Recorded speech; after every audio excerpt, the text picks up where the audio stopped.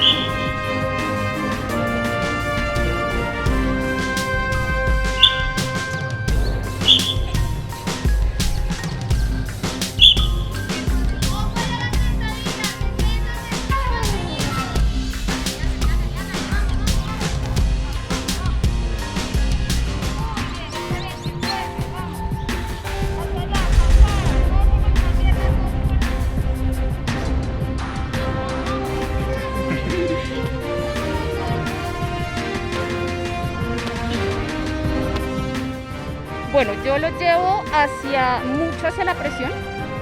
Les estoy trabajando bastante estrés y presión y llevándoles todo el tema de entrenamiento y preparación física como si estuvieran ya en los centros, con las personas privadas de la libertad.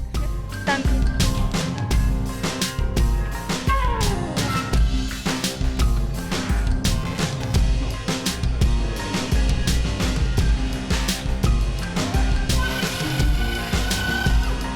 estudiar a la institución porque desde pequeña aprendí el amor hacia la institución.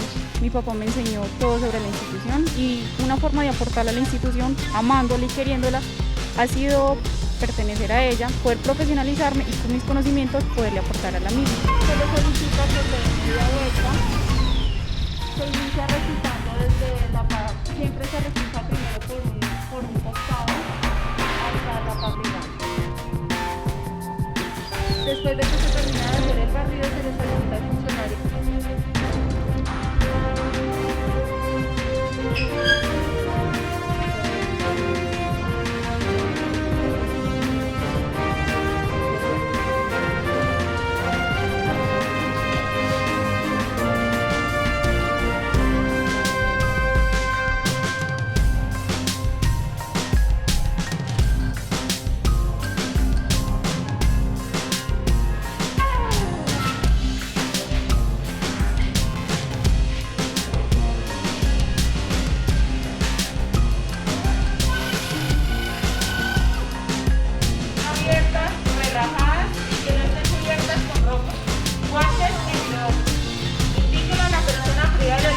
Que extienda el brazo al costado lateral. Tome el control del